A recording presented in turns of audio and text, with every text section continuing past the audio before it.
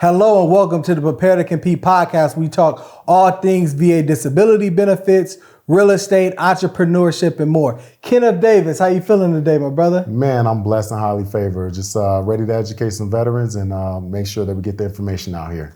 Man, a lot of education going on today, man. This is actually part two, where we're actually breaking down the Chapter 35 benefits and really kind of getting in the weeds with you guys and really letting you know what that check is actually going to look like when they send it to you, and just looking at that compensation for utilizing that Chapter 35 benefits. All right, so what I really want to unpack right now, man, is just the differences. It seems like the rollout this year with the benefits are a little bit different than how it was rolled out last year. So I want to kind of let the people know, give them an overview of how the COLA benefits are working this year. Yeah. So typically when we're talking about the cost of living adjustments, right, we've stated this before in many videos, right, the CPI index makes that determination in regards to what are the cost of living adjustments. And we're not going to get into all of that, right? We're mainly going to talk about the adjustments. All it is saying how inflation reflects your adjustment.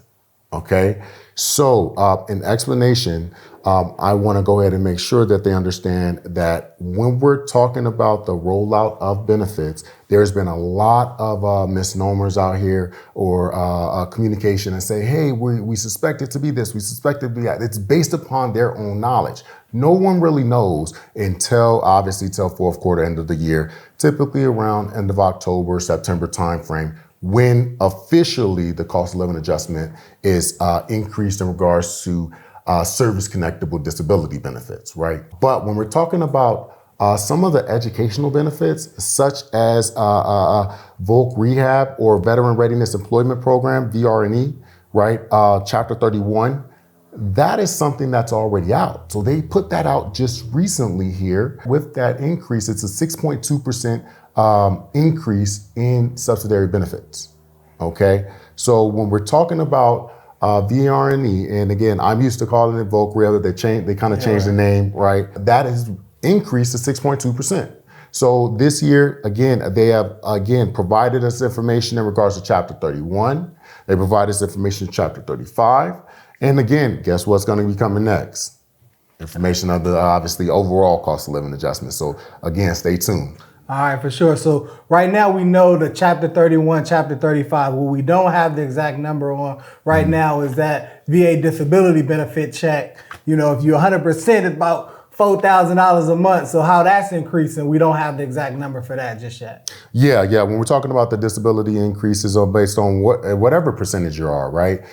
Just to kind of make it simple for easy math sake, right? So for every $1,000, 6.2%, that's about, again, $62, right?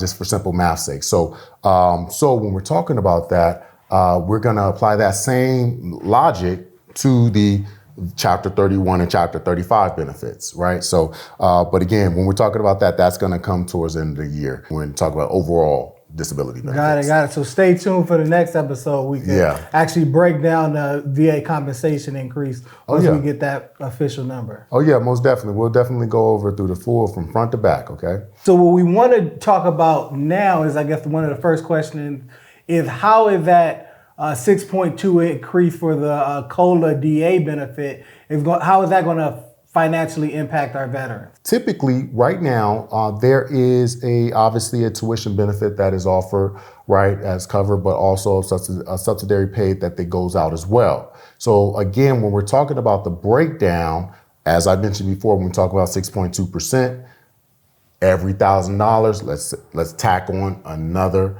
Tack on another $62. So currently, you are distributed these monies, right? Rather than for the GI Bill, you are actually, it is sent straight to the school.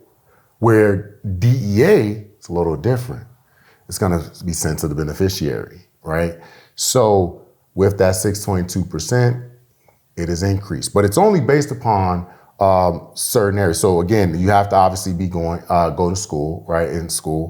When I talk about school, I mean, obviously, post-secondary schools, secondary education, talk about college, trade schools, or even on-the-job training.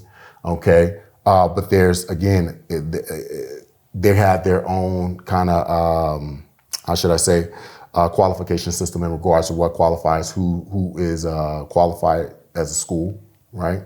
But with that, again, it's gonna go ahead and increase that dollar amount and what they receive every single month, okay? Absolutely, absolutely. Great, great. So now when you get into those qualifications, are there any particular criteria that the veteran needs to be able to receive those benefits for themselves and their family? I want everyone to understand we're talking about DEA Chapter 35, specifically under this benefit. The veteran, okay, the veteran needs to be 100% permanent and total, okay?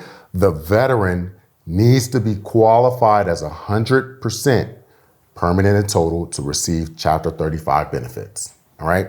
And it's very important that we talk about that because again, everyone thinks when you get out of service, there's all these ancillary benefits, which they are, but they're still criteria based, right? Chapter 35, you must be 100% permanent and total, and it's gonna be a beneficiary to the spouse or the dependent, okay? And when I mean dependent, it could be children and even or parent, right? Because there's dependency, right? So this is a benefit that is, again, offered to them. Absolutely. Great, great.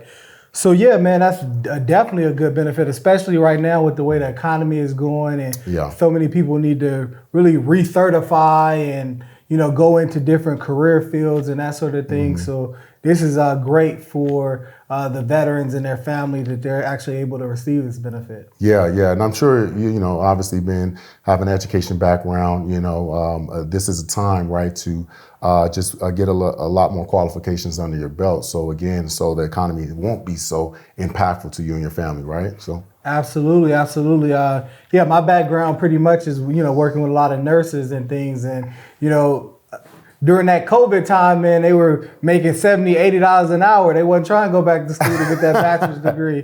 They didn't really have to. So now I'm actually seeing a strong uptick in nurses wanting to go back to school, and especially utilize that benefit for those who qualify for that, because it's an amazing opportunity to do so. Nice. Absolutely.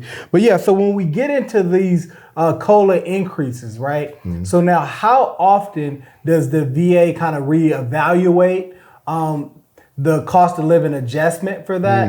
And, you know, I mean, basically just how often do they kind of reevaluate the cost of living adjustment for that COLA increase, and how is that really determined? Great question. So typically it's on an annual basis. Obviously, the government recertifies, you know, what is obviously inflation, needing to kind of delve through these numbers pretty much on a quarterly basis, right?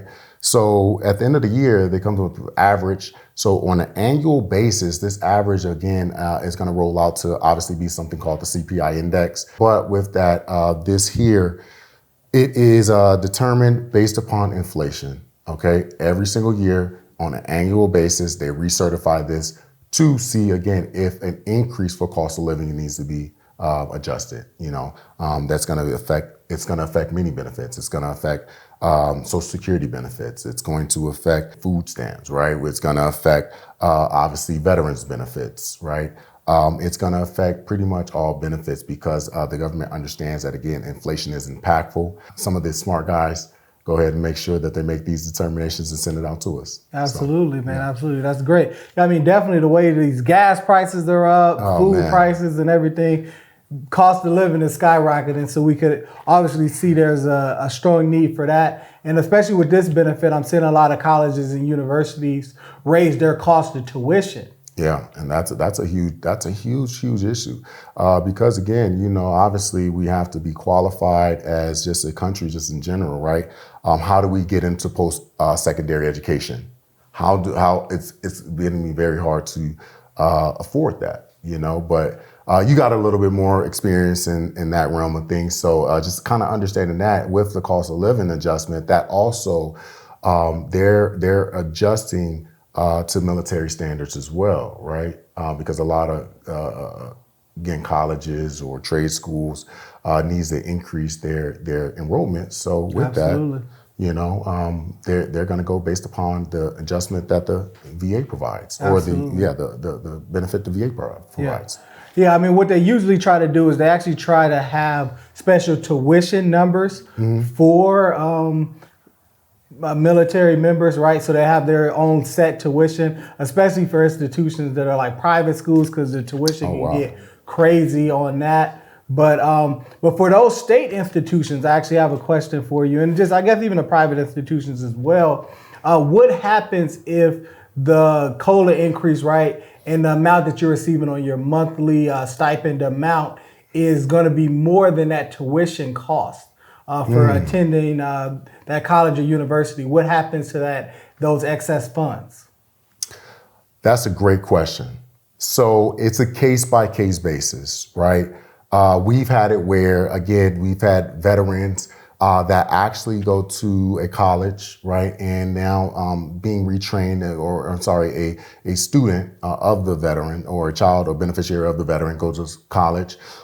There are some schools that will actually lower their cost of tuition to an in-state tuition if they're going out of state, to satisfy the cost of the Chapter 35, so they can be able to receive in-state tuition now, to be able to receive that benefit for that beneficiary.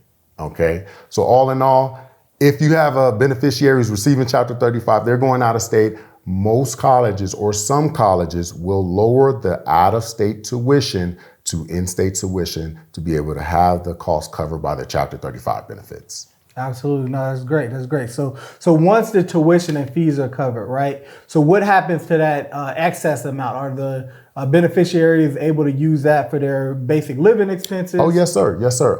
These are subsidiary. So it's direct deposit to you, to the beneficiary. So again, it is their responsibility.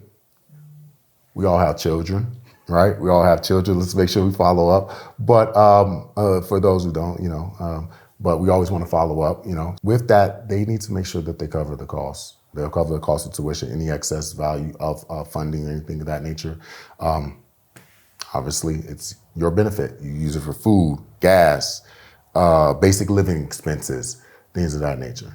All right. Hopefully they don't burn it all in the club. We fingers crossed. Fingers crossed there, man. Fingers crossed. Well, no, man, definitely. Thanks for providing us that information on Chapter 35. Definitely tune in for the next segment. We're actually breaking down the Chapter 31 benefits and how that COLA increase is kind of impacting us now.